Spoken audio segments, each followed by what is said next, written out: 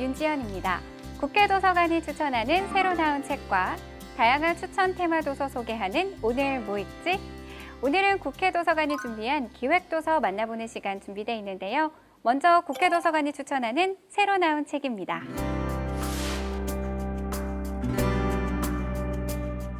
동양 사상에 절대적 영향을 준 인물 공자.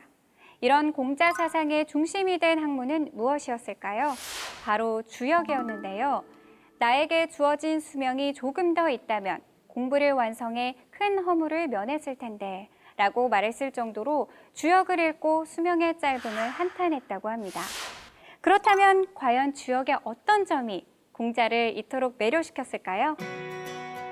이 책에서는 주역 64괴에 대한 정밀한 풀이와 공자가 주역을 어떻게 받아들였고 평범한 일상 속 교훈으로 이끌어냈는지를 이야기합니다. 50년 동안 주역을 연구해온 저자 김승호는 이 책에서 평생의 내공을 쏟아부으며 주역에 대한 공자의 해석을 공개하는데요.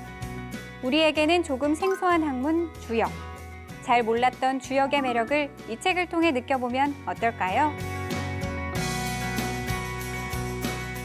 올해는 독일 통일 30주년입니다. 1945년 2차 세계대전이 끝나고 1949년 동서독에 각각 이중 건국이 들어선 뒤 1990년 독일 통일에 이르기까지. 독일 통일의 역사는 우리가 참고할 만한 통일 교과서이기도 한데요. 이 책의 저자 강릉 원주대 사학과 이동기 교수는 독일 통일을 되짚으며 한반도의 분단 현실에서 주목할 만한 내용을 다루고 있습니다.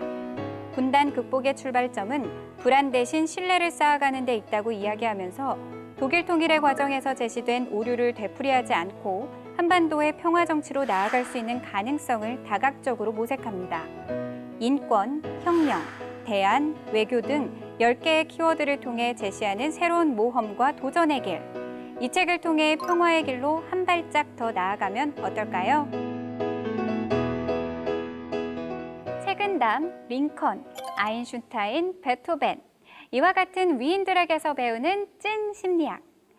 책 하버드 심리학 강의에서는 동서양의 현인들을 통해 행복해지는 실생활 심리학을 소개하고 있습니다. 하버드 행복학 교수 탈벤 샤하르는 오랜 연구 끝에 행복에 집중하게 됐다고 하는데요. 행복하기 위해서는 자신의 내면을 강하게 만드는 것이 가장 중요하다고 말하면서 독자들에게 행복해지는 법, 성공하는 법, 감정을 제어하는 법, 좋은 인간관계를 쌓는 법을 설파합니다. 자신을 변화시키게 하는 힘, 심리학.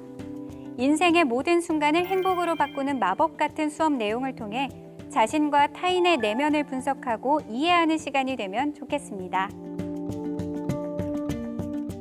처음에 상하이 지역 의사들은 계절성 독감을 앓고 있다라고 생각한다.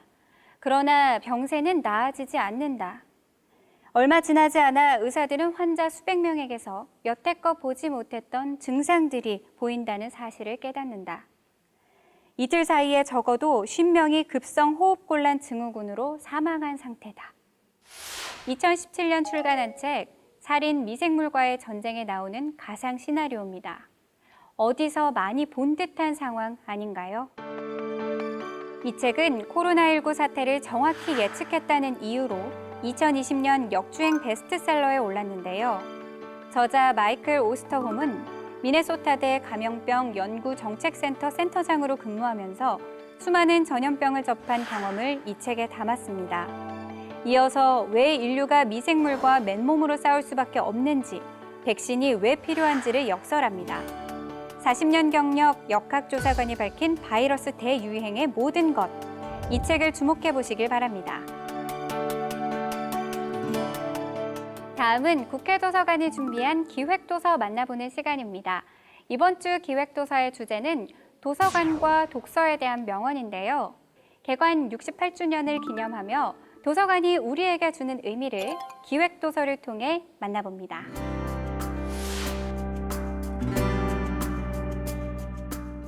(1952년) 최초로 설립된 이래로 지금까지 68년의 역사가 이어져 온 국회도서관. 그 시작은 1952년 2월 20일 국회 내에 국회도서실을 설치하자는 목소리에 따라 부산에서 장서 3,604권과 직원 1명으로 출범했습니다. 그리고 68년 후 어느덧 장서 700만 권을 달성하며 도서관의 남다른 위상을 보여주고 있는데요. 새로운 출발선상에 선 지금 기념도서 도서관이 살아있다를 출간했습니다. 책에는 동서양을 막론한 도서관에서 빛난 영웅들을 소개하는데요. 1955년 대한민국 여성 최초로 프랑스에서 유학을 하며 프랑스 국립도서관에 근무한 역사학자 박병선. 병인 양육 때 프랑스가 약탈해간 외교장각 도서를 발견하며 대한민국 내 외교장각 도서 반환 운동에 불을 지피는 데 일조합니다. 우리가 잘 몰랐던 도서관과 관련된 인물들뿐만 아니라 지금의 도서관을 있게 한 인물로 사서에 대한 고마움과 존경심까지 빼놓지 않는데요. 새로운 시대를 맞아 혁신하는 도서관으로 발돋움하고 싶다는 국회도서관. 오늘 소개해드리는 책 도서관은 살아있다에서 도서관의 생생한 역사를 체험해보시기 바랍니다. 정치인이기 이전에 뛰어난 작가였던 버락 오바마. 그는 도서관을 두고 책과 데이터를 소장한 건물이라는 인식을 넘어 언제나 더 큰 세상을 향해 열려있는 창이다라고 말했는데요. 오바마가 정치인으로서 대중들에게 특별한 인상을 남길 수 있게 만든 연설도 이처럼 그가 습관처럼 지속해온 독서 덕분이라고 합니다.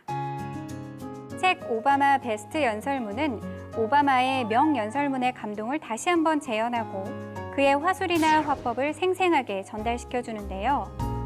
신사숙녀 여러분, 지금이야말로 우리가 미국 역사에 새로운 장을 열 시간입니다. 우리가 자녀들에게 우리가 자라난 곳보다 더 자유롭고 관대하며 더 부유하고 더 정의로운 나라를 물려줄 시간인 것입니다. 짧고 간결한 그리고 임팩트 있는 한마디로 전 세계 많은 사람의 심금을 울린 오바마. 이 책을 통해 오바마가 우리에게 주는 감동의 메시지를 다시 한번 되새겨보면 어떨까요? 아르헨티나 소설가이자 시인으로 현대 포스트 모더니즘 문학에 지대한 영향을 끼친 호르헤 루이스 보르헤스. 그는 만약 천국에 있다면 도서관과 같은 곳일 것이다 라고 말할 정도로 책과 가까이 지냈는데요. 책 보르헤스의 말은 그가 1976년부터 1980년 사이에 한 인터뷰 11개를 모았습니다. 보르헤스는 1955년부터 조금씩 시력을 잃기 시작해 이 시기에는 말이 그의 유일한 소통 창구였다고 하는데요.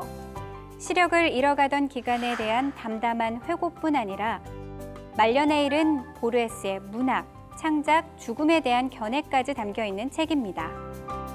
인터뷰 형식이라는 독특하면서도 유일한 형식의 책. 이 책을 통해 20세기 사상계에 큰 영향을 끼친 대가의 생각을 만나보시면 어떨까요? 자세한 책 내용은 국회도서관 홈페이지에서, 다시 보기는 국회방송 홈페이지에서 보실 수 있습니다. 저는 다음 주에 새로운 책으로 찾아오겠습니다.